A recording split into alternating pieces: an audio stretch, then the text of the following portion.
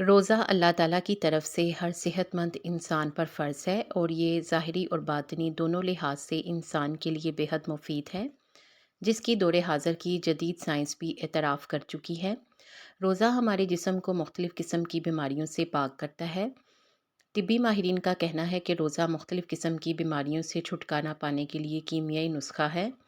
عام طور پر یہ خیال کیا جاتا ہے کہ روزہ انسانی صحت کے لیے مضر ہے اور کمزوری کا باعث بنتا ہے، لیکن یہ کمزوری کا باعث روزہ نہیں ہے، بلکہ کچھ ایسی عادات ہیں جو انسان کو کمزور کر دیتی ہیں۔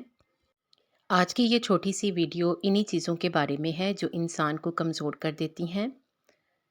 روزے دار کو کمزور کرنے والی چیزیں۔ اصل میں سحری میں ہم کچھ ایسی چیزوں کا استعمال کرتے ہیں جس کی وجہ سے دن بھر کمزوری ہوتی ہے، جیسے دہی اور لسی کا استعمال، بناسپتی گھی کا استعمال، سحری کے لیے نہ اٹھنا یا سحری میں حد سے زیادہ کھانا یعنی پرخوری کرنا، دن میں حد سے زیادہ سونا، حمام جانا اور پانی میں زیادہ دیر تک رہنا، زیادہ چائے پینا، مرچوں یا مسالے دار کھانوں کا استعمال اور زیادہ میٹھے کھانوں کا استعمال۔ اب سوال یہ پیدا ہوتا ہے کہ ہم سحری میں کیا کھائیں؟ سحری کے وقت کاربوہائیڈریٹ سے بھرپور غذائیں جیسے روٹی اور آلو وغیرہ فائدہ مند ہوتی ہیں، جو کہ ہضم ہونے میں زیادہ وقت لیتی ہیں جبکہ جسمانی توانائی کو دیر تک برقرار رکھتی ہیں۔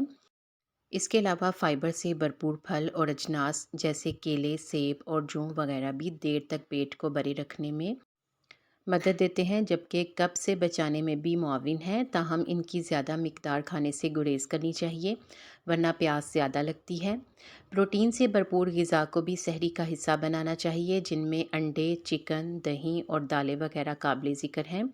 پروٹینز روزے دار کو جسمانی طور پر متحرک رہنے کے ساتھ ساتھ جسمانی توانائی کو بھی برقرار رکھتی ہے۔ زیادہ پانی والی غذائیں اور مشروبات وغیرہ بھی سحری کا حصہ بنائے جا سکتے ہیں۔ کھیرے، ٹماٹر اور پانی وغیرہ دن بھر میں جسمانی طور پر سست نہیں ہونے دیتے۔ آپ سحری میں کن چیزوں کا اہتمام کرتے ہیں؟ کمنٹ سیکشن میں ضرور بتائیں۔ ویڈیو کو لائک کر دیں اور مزید اچھی ویڈیوز کے لیے چینل کو سبسکرائب کر کے گھنٹی کا بٹن بھی ضرور پریس کر دیں۔ آپ سب کا شکریہ۔